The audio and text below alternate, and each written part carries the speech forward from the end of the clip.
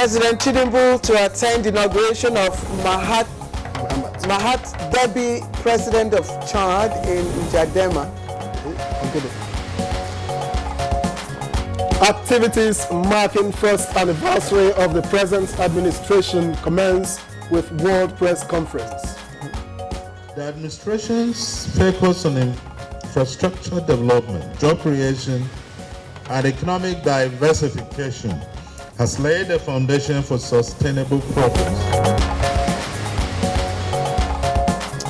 And First Lady Oluremi Tinubu flags off presentation of fabrics in commercial quantity to women in politics. Within the 1 year, I believe she has crossed the 36th state of the federation through her PEG project. And on Good Morning Nigeria today, we shall take a look at political developments in Rivers State.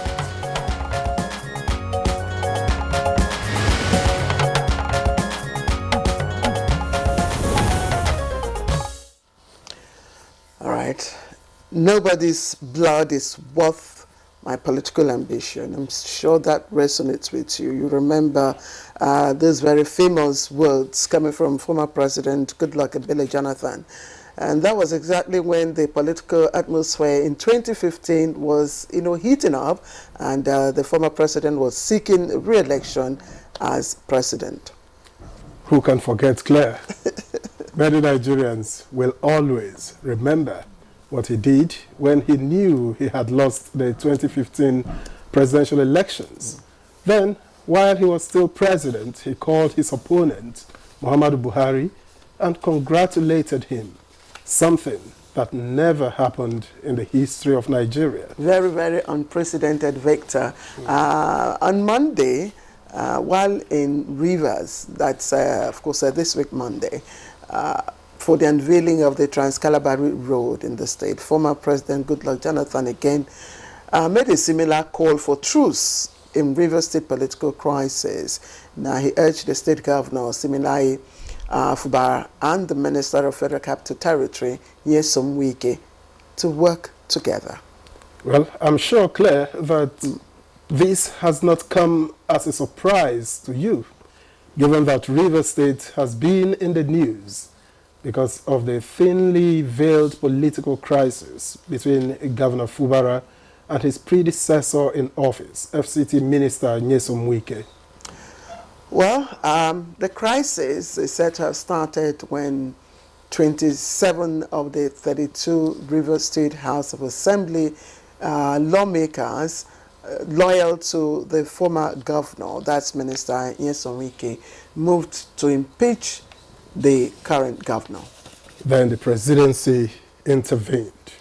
And an 8-point agreement was signed by all parties. But the crisis continued unabated. Fubara resumed funding the 27 defected lawmakers, but stopped again. He also reinstated the Wike-backed commissioners who resigned, but soon had issues with them again.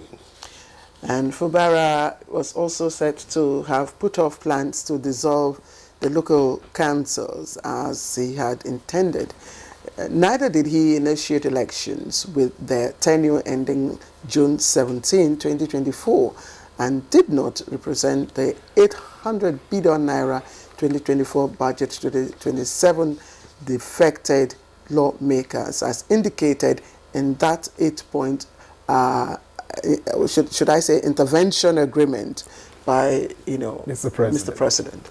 Well, indeed, the political crisis in Rivers State is a complex and ongoing issue that started with the disagreement between Wike and Fubara, which has led to a deepening political crisis, with both camps accusing each other of insulting their principals.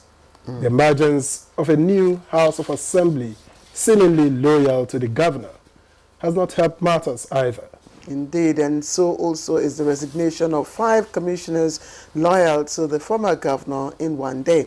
Now, the Rivers State Governor, Siminalayi Fubara, has sworn in the 8 commissioner nominees that were screened by the State House of Assembly, now charging them to cultivate the culture of keeping accurate records of their dealings at their various ministries. Now, of course, this is coming on the heels of allegation that those commissioners who did not resign or who have resigned did not keep records. But of course, the crisis is ongoing, and one of the very pertinent questions that, of course, will be asked is how will it be resolved? And precisely, again, what are the Victor, you described it as very complex, political issues, and of course that there was a thin line, but these are deeply rooted political and a bit of personal, issues mixed together. So how will this be resolved? And that is the primary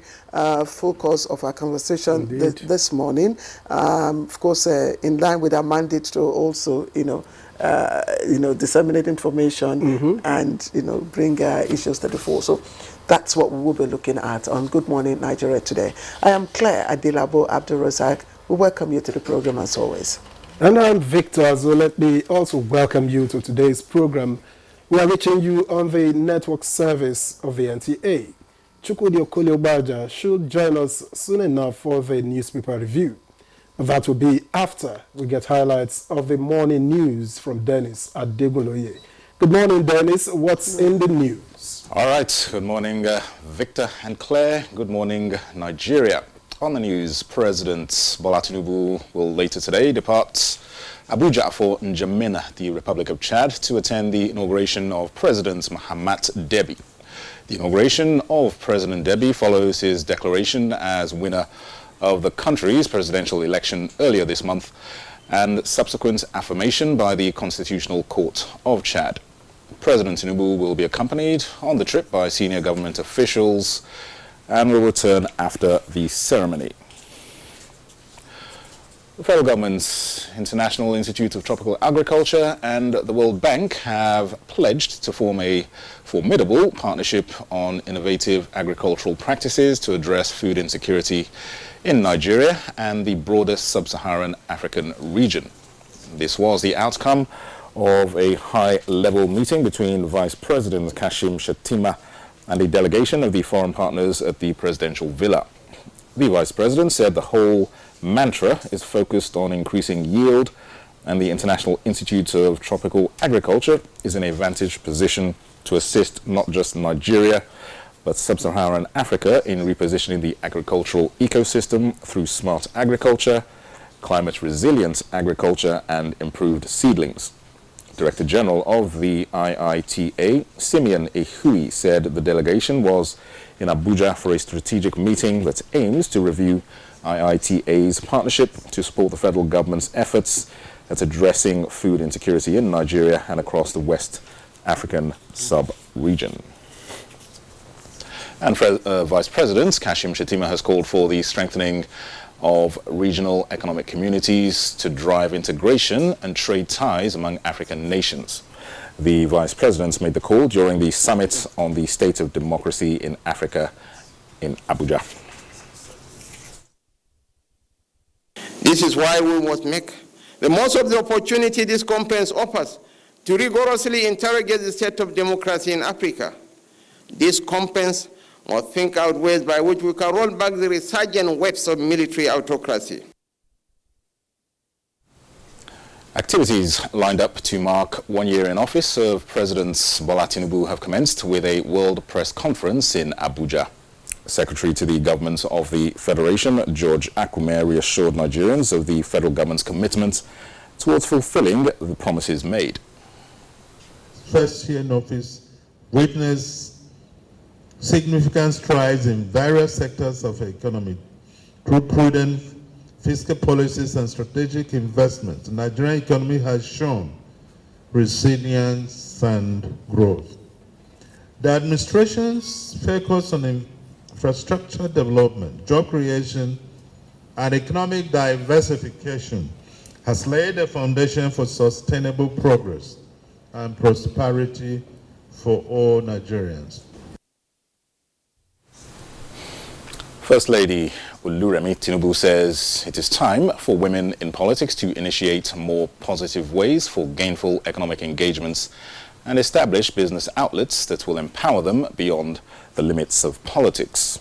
The First Lady, represented by the wife of the Vice President, Nana Kashim Shettima, said this during the symbolic presentation of fabrics in commercial quantities to women. Ladies' steadfast belief in empowering women and fostering inclusive economic growth. Without any flattering her, within the 1 year, I believe she has crossed the 36th state of the Federation through her PED project. The Presidential Power Initiative is on course to meet the needs of Nigerians, and to this end, the Senate wants the federal government to prioritize boosting of power infrastructure in the northeast region because of severe disruptions of power supply due to vandalism affecting millions in that region. The Senate adopted a motion in regards to this. Would have vandalized and destabilize the power, not only in the Northeast, they are everywhere, Your Excellency. The TCN should immediately rise to the occasion, and the Federal Ministry of Power should ensure that the power is restored to the northeastern part of this country to aid the security of lives and properties, which of course remain the primary focus of government. And lawmakers in the Green Chamber are expressing concern about what they call slow motion in compliance with resolutions passed on the floor of the House to provide security in parts of the country ravaged by banditry. And to this end, the House of Representatives has mandated the clerk of the House to forward all security resolutions of the House to the Office of the National Security Advisor and the House Committee on Legislative Compliance for action.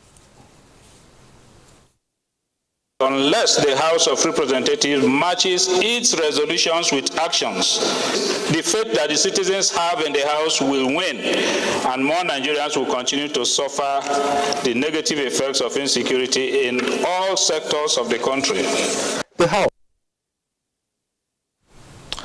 Right, those are the highlights of the news at this time. Good morning. Nigeria continues with Claire and Victor after this commercial break. Have a great day.